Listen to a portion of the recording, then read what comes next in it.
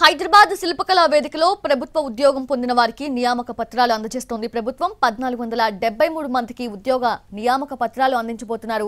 CM Revanth Reddy president ఆయన మాట్లాడుతున్నారు. Live లో చూద్దాం.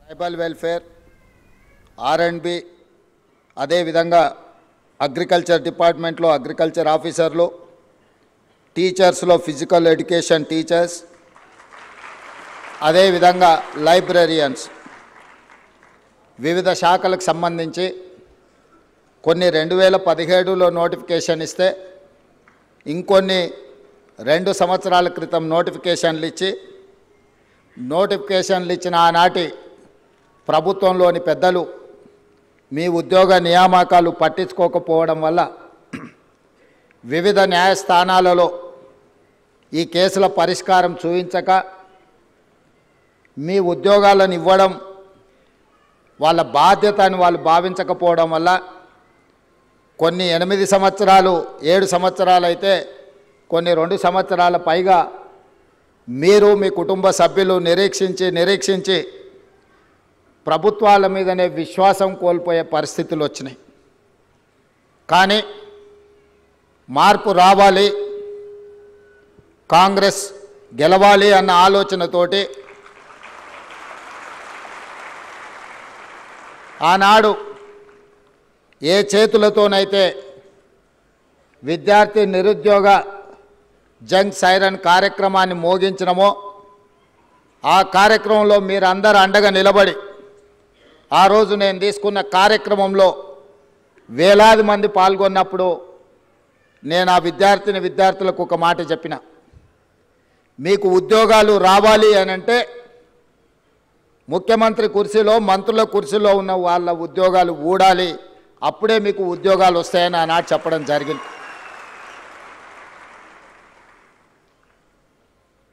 మా మాట మీద ఉన్న నమ్మకంతో మీరందరు కష్టపడి తండాలలో, గూడాలలో, మారుమూల పల్లెల్లో మీ తల్లిదండ్రులను, మీ కుటుంబ సభ్యులను, మీ నాయనమ్మ తాతలను, మీ అమ్మమ్మల్ని తాతల్ని అందరినీ ఈ ఒక్కసారి మా కోసం ఓటేయండి, ఇది మా భవిష్యత్తులో మేము ఆనందంగా ఉండాలి అని అంటే ఈ ఒక్కసారి మేము అడిగినట్టుగా ఓటేయండి అని చాలామంది విద్యార్థులు గ్రామాలలో కాంగ్రెస్ పార్టీ కార్యకర్తలు, నాయకులు కాకపోయినా వాళ్ళకంటే ఎక్కువగా శ్రమించి ఇల్లు తిరిగి మా కాంగ్రెస్ పార్టీ శాసనసభ్యులను ఆనాడు గెలిపించడం జరిగింది. అందుకే ఈ తెలంగాణ రాష్ట్రంలో 65 మంది శాసనసభ్యులను గెలిపించుకొని పక్కా ప్రభుత్వాన్ని ఏర్పాటు చేసి డిసెంబర్ 7, 2023 నాడు ఎల్బీ స్టేడియంలో వేలాది మంది సమక్షంలో మా కుటుంబ సభ్యుల కళ్ళల్లో ఆనందం చూస్తూ మేమందరం ముఖ్యమంత్రిగా, మంత్రులుగా ప్రమాణ స్వీకారం చేపట్టడం జరిగింది.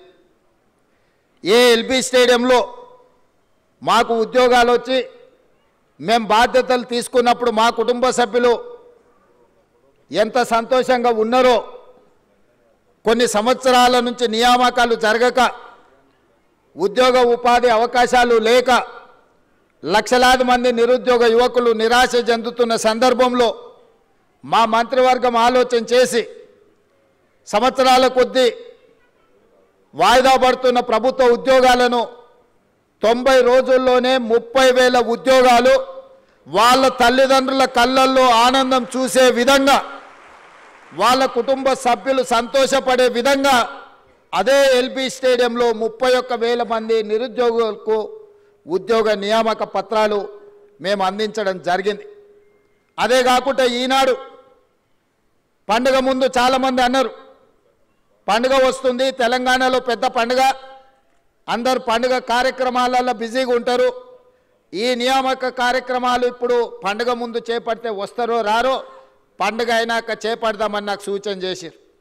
నేనన్నా ఈ తెలంగాణకు అత్యంత పెద్ద పండుగ దసరా పండుగ, ప్రతి కుటుంబంలో సంతోషం చూడాలి, వాళ్ళ నియామక పత్రాలు అందించి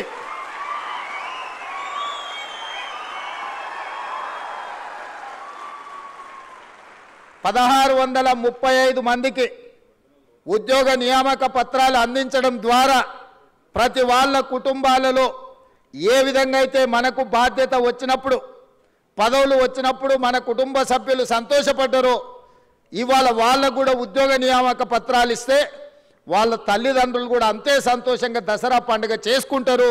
వాళ్ళ కళ్ళల్లో ఆనందం చూడాలి. ఉద్యోగాలు వచ్చిన వాళ్ళే కాదు వాళ్ళ తల్లిదండ్రులను కూడా ఈ కార్యక్రమానికి ఆహ్వానించండి, శిల్ప కళావేదికలో ఏర్పాటు చేయండి అని చెప్పి మా అధికారులకు ఆదేశించడం జరిగింది.